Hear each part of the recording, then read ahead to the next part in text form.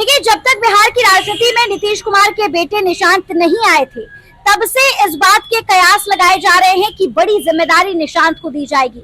और इसी बीच निशांत जो है जनता दल यूनाइटेड ज्वाइन करते हैं और लगातार इस पार्टी को लेकर एक्टिवली पार्टिसिपेट करते हुए नजर आते हैं। और इसी बीच देखिए, निशांत जो है अपनी यात्रा पर थे, लेकिन अब एक और बार निशांत को लेकर एक बड़ी जिम्मेदारी की चर्चा की जा रही है, ये कयास लगाए जा रहे हैं। नमस्कार, आप देख रहे हैं देशवा न्यूज और मैं हूं आपके साथ अंजलि तिवारी।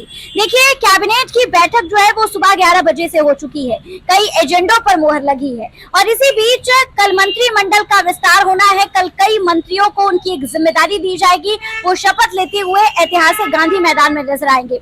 और एक नाम जिसकी चर्चा लगातार हो रही है वो नीतीश कुमार के बेटे निशांत है। कहा जा रहा है कि कल कई सारे मंत्रियों में कल एक मंत्री निशांत भी नजर आएंगे और शपथ लेते हुए नजर आएंगे। देखिए, सूत्रों के हवाले से खबर है। फिलहाल बता दें कि जमुई के सांसद अरुण भारती इस पर क्या कुछ कहते हुए नजर आ रहे हैं, आप उनकी बातों को सुन लीजिए। कह रही है कि मैं इस्तीफा नहीं दूंगी। कल तक बोल रही थी कि इस्तीफा नहीं देंगी। अगर कोई ऐसा कोई स्थिति आता है तो संविधान में उसके अलग प्रावधान है, लेकिन उसके बाद आई खबरों में आपने देखा होगा कि संविधान के आगे सबको झुकना पड़ता है। ममता बनर्जी जी भी झुकी और उन्होंने स्वीकार किया कि अब मैं इस्तीफा दूंगी। सर, निशांत कुमार के मंत्री बनने की बात चल रही है, क्या उनको बनना है? ये मैं तो इसका स्वागत करूंगा, लेकिन ये फैसला अंतर्गतवा जनता दल यूनाइटेड को लेना है, उनके नेताओं को लेना है। जो भी फैसला लेंगे, मुझे लगता है कि मुख्यमंत्री जी का विशेषाधिकार है।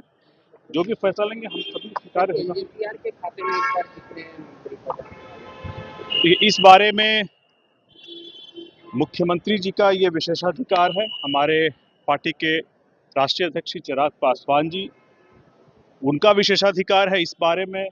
क्योंकि ये मेरा अधिकार क्षेत्र नहीं है, इस बारे में मैं कुछ नहीं बोल सर, पाऊंगा। राहुल गांधी ने कल बयान दिया था, उन्होंने कहा कि कांग्रेस के नेता जो टीएमसी के हार पर खुश हैं, उन्हें शर्म आनी चाहिए। लोकतंत्र की हत्या हुई, वोट चोरी हुई है। अब आज जो राहुल गांधी जी ये नसीहत दे रहे हैं अपने पार्टी के लोगों को, चुनाव में उन्होंने ममता बनर्जी के खिलाफ ही बयान दिया था। ऐसे में जब लोग बयान देते हैं तो इससे पहले अपने बयानों पर, पुरानी दिए गए बयानों पर जरूर रिफ्लेक्ट करना चाहिए। और दूसरी सबसे बात, जो बार बार एसआईआर को दोषी ठहराया जा रहा है, तो आप ये बताइए कि पूरे बंगाल के चुनाव में जिस तरह से जनता ने सत्ता परिवर्तन किया है, इस बारे में क्यों नहीं बात हो रही है। भाजपा 80 सीटों पर थी और वही अब ममता बनर्जी अगर अपने पुराने स्थिति से अगर 80 सीटों पर आ जाती हैं, भाजपा नई 65 सीटें जीतती है।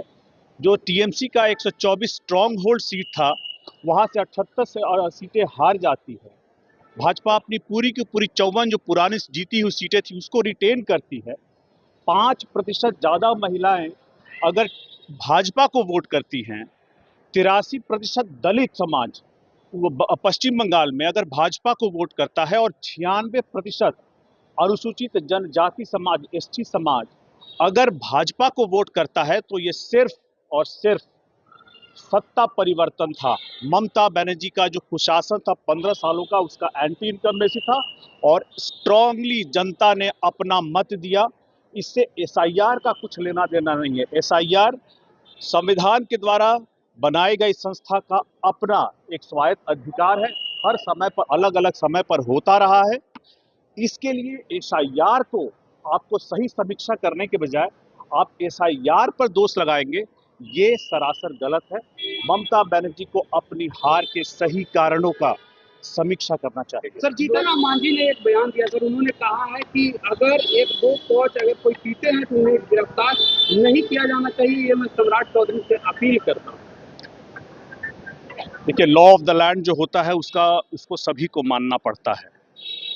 हमारी पार्टी का मानना है कि जिस तरह से हर नीति की समीक्षा होती है, हर नीति की एक दशक के बाद अगर शराबबंदी है उसकी समीक्षा होनी चाहिए और समीक्षा होने पर उसके क्या फायदे हैं, क्या नुकसान है, इस बारे में सही आकलन करना चाहिए। हम लोग चाहेंगे, लेकिन पारंपरिक रूप से जो एक समाज तारीख से जुड़ा रहा है पासी समाज, उसको जरूर इस कानून से बाहर किया जाएगा। देखिए, बंगाल में बीजेपी की बम्पर जीत हुई, जिसके बाद ममता दीदी का कहना था कि वो अपने पद से इस्तीफा नहीं देंगी, जिसके बाद अरुण भारती ने कहा है देखिए क्योंकि ये संविधान का मामला है तो इस पर कड़ा एक्शन जो है वो लिया जाएगा।